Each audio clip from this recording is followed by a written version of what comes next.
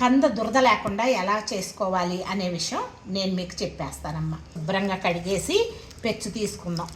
కూర వండుకునేటప్పుడు ముందలు తీసుకోవాల్సిన జాగ్రత్తలమ్మా.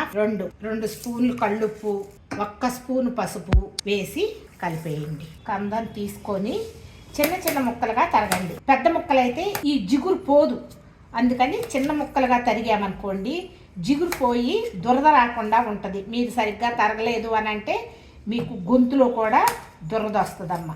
అటువంటప్పుడు కొంచెం ఉప్పు వేసుకొని నిమ్మరసం వేసుకొని మజ్జిగ తాగండి. అదొక టిప్పు.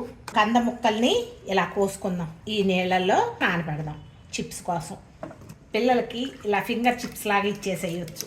మొత్తం అన్నీ కోసుకొని ఇలా నీళ్ళల్లో వేసి ఒక అరగంట సోక్ చేద్దాం.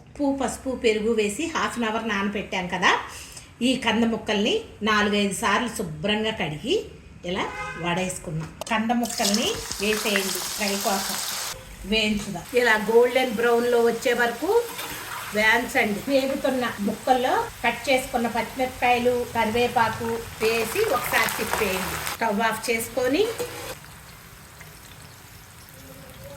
జల్లిబొట్టులోకి తీసేసుకుందాం. వేయించుకున్నవి ఇలా జల్లిబొట్టులో తీసేసుకుందాం. కొంచెం జీలకర్ర వేద్దాం. కంద ముక్కలను కూడా వేసేద్దాం. హై మీద పెట్టి తిప్పండి.